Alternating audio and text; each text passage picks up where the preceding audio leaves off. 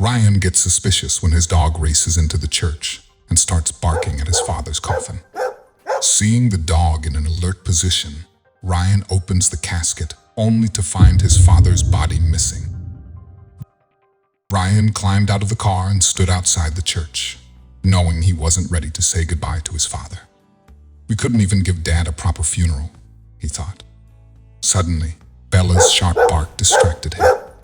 Ryan turned to his car, where Bella was more agitated than usual. Bella, he gave her a hand signal to lie down, and she obeyed. He patted her head through the open car window. "Now, stay, Bella." Ryan then walked away, ignoring Bella's whine, and entered the church. His father Arnold's casket was already in place, closed, and the funeral director had discreetly cordoned off the immediate area because Arnold had died of an infectious disease. Before we continue, make sure to subscribe, hit the like button, and click the notification bell for more amazing stories. Ryan sat beside his mother. Arnold would be cremated, not buried, given the circumstances of his death. Just as the mass ended and mourners rose to sing the final hymn, Bella's bark echoed through the church. She jumped on the casket, knocking the flower arrangement to the floor, and began barking loudly. When Bella sat in her alert position on the floor and stared at him, Ryan sensed something was off. "Open the casket," he demanded. A gasp rang out in the gathering. Ryan didn't care. He walked over to the casket and opened it, only to find it empty. "Ooh, where's my brother?" His uncle stared at the funeral director. Ryan's mother couldn't stand what was happening. Her eyes rolled back in her skull, and her knees gave way. Ryan caught her just in time before her head hit the marble floor. He rushed her to the hospital. At his mother's house, Ryan called the police. At this point, all we know is that the coroner confirmed the cause of death and released the remains to the funeral home. Detective Bradshaw told him, "Was your father involved in any activities I should be aware of?" Ryan hadn't been involved in his father's business since he opened his dog training and rehabilitation center. But he knew Arnold would never put his or the company's reputation at stake. Since there was no vital lead yet, Detective Bradshaw left, promising to be in touch with updates. But Ryan didn't want to wait. The hospital was keeping his mom overnight. He left Bella at home and went to the morgue to find answers. The coroner resigned? What about the new coroner? Ryan was baffled when the nurse at the reception informed him there was no new coroner yet. He asked to see his father's file, but the nurse refused, saying it was against policies. Ryan knew how to convince her. He set $1,000 on the counter, and she turned a blind eye when he slipped inside the coroner's office. He started searching the shelves for his father's file, but it was futile. Arnold's file was missing. Ryan was frustrated. Suddenly, his buzzing phone distracted him. It was his father's lawyer, Mr. Stevens. The older man informed Ryan that he was the new CEO of Arnold's company and wanted to see him urgently. As Ryan arrived at his father's office, he opened Arnold's Gmail on the office computer, only to find the inbox empty. Someone had deleted the messages. "Ryan, good to see you." Mr. Stevens entered the room and shut the door behind him. "Who's been using this computer?" Ryan asked him. "Nobody," Mr. Stevens replied. "Wait, where are the dancers?" Ryan noticed 2 figurines were missing from his father's office. Oh, he took them home. Poor Arnold. He could never get the 3rd figurine in the set. Can you believe the man who owns it won't accept anything less than $500,000? Mr. Stevens said. Ryan was sure Arnold hadn't taken them home. He'd been all through his parents' house since he arrived for the funeral, and he hadn't seen those dancers anywhere. But anyway, we have more important matters to discuss. Mr. Stevens informed Ryan that they were in severe debt, and several investors were threatening to pull their investments because Arnold had been missing meetings with them for months before his death. And it all started when his new secretary began working here. With all due respect to Arnold and his family, I believe he was having a romantic relationship with her, Mr. Stevens revealed. Ryan lost his cool as the thought of his mother's sad face crossed his mind.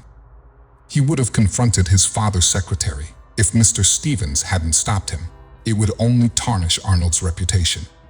Ryan spent the day sorting out the debt problem and sent gift baskets to the most vital investors. After work, he followed his father's secretary, Miss Pearson, and saw her pull into the garage of a modest suburban home. She was his only lead until now, so he waited outside her house in his car. Sometime later, the whirring noise of her garage door awoke him. He saw her head in the direction of the city in her car and wanted to follow her. But then, he had a better idea. He leaped from his car and managed to get inside her garage just in time before the door closed. There, he found a doorway leading into her house. He found the kitchen first, searched the drawers, and found a flashlight. He didn't want to turn on the lights in case Miss Pearson came home suddenly. His heart sank when he entered her bedroom and saw a framed photo of her kissing Arnold on the nightstand. Ryan maintained his composure, reminding himself he was here to find a lead that would help him figure out what happened to his father. He searched Miss Pearson's house, but couldn't find anything. Dejected, he was about to leave when he noticed a slightly open drawer in the coffee table. A manila envelope there interested him. Inside, it was Arnold's life insurance policy for $7 million, and the sole beneficiary was Miss Pearson. Ryan took the document and drove to the police station. "This is quite compelling," Detective Bradshaw said, looking at the document. "Let me see what else I can find out about this Pearson woman." Ryan was seated near the front desk when she approached him with a team of officers. Turned out, Miss Pearson was booked on a flight to Morocco, which would leave in half an hour. Since the U.S. has no extradition treaty with the Moroccan government, it's vital we bring her in for questioning before she boards the plane. Ryan wanted to accompany the officers, but Detective Bradshaw refused because he was a civilian. Ryan didn't listen to her and followed her. "Police!" Detective Bradshaw yelled as she and her team approached a boarding gate. "Let us through." Ryan slipped past the airport security officers by blending with the group, and they proceeded to the boarding area. The cops immediately spread out and started checking the passengers. "You there, the dark-haired woman in the white shirt. Step out of the line and raise your hands in the air," Detective Bradshaw yelled. Ryan was relieved they'd caught Miss Pearson, but his smile faded when the woman turned around. She was not Miss Pearson. Cops continued the search for hours, but Miss Pearson was gone. Ryan was back to square one. But somewhere in his heart, he knew Arnold was alive. Ryan knew the figurines weren't at his mother's house. Wherever his father was, he must take in the figurines with him. Ryan looked up the collector who had the third figurine online and visited him. "So how much will you take for it?" he asked, pointing to the figurine. $750,000, the collector, Mr. Frederick, replied. "That's far above the market value for the artist's work, sir."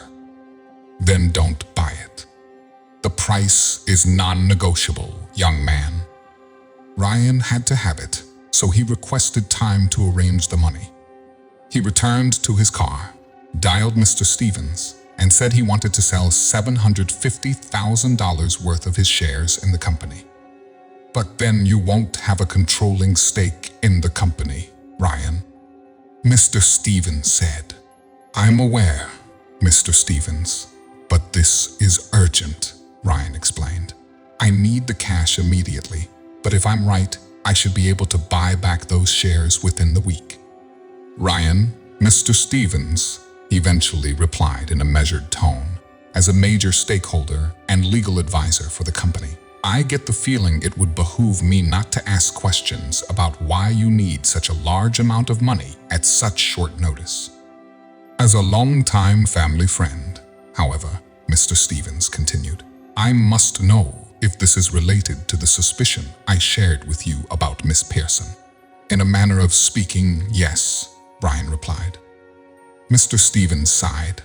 She's also disappeared, you know. Didn't turn up for work today, and her phone number no longer exists. I'll get you the money. Best you not ask me the details, and wire it to you ASAP. When Ryan received the message that the money was in his account, he rushed inside to speak to Mr. Frederick. The older man muttered something about how the figurine was worth more than his asking price, since it was the only available piece of the set, but Ryan cut him off. You asked for $750, sir, and that's what I'm giving you, effective immediately. Are you not a man of your word, Mr. Frederick? Mr. Frederick finally agreed to sell the figurine. Ryan was now ready for the next step. He called a few people from his car and made a quick stop before returning to his mother's house. Where on earth have you been, Ryan? His mother asked. I returned from the hospital to find the house empty, and poor Bella bored out of her mind. Your dog misses you. I really can't keep her busy enough, and I've barely seen you since the funeral. I'm sorry, Mom, he muttered. Please just trust that what I've been doing is very important. It will also be over very soon. Ryan stood behind a pillar near the back of the auction house's main bidding area and studied the crowd. The figurine he'd bought was the next lot up for bid. He glanced toward the podium as it was brought to the front. As the price climbed, the number of participants whittled down to just 2. One was an overweight man with a prominent nose, and the other was a tall, white-haired man in a navy suit. Neither of them was his father. Ryan had insisted on anonymity and personally paid for several adverts to ensure his father, wherever he might be, would know that the figurine was on auction today. $600,000 going once, the auctioneer declared. Ryan's heart sank. He feared that not only would he lose his bait and miss the chance to find his father, but he would also make a huge loss on the figurine. Going twice. $1 million. Ryan got goosebumps at the sound of his father's voice. He stared in shock as Arnold rose from a seat near the back of the auction room and removed his wide-brimmed hat. $1 million going once, going twice. Sold to the man in the beige coat.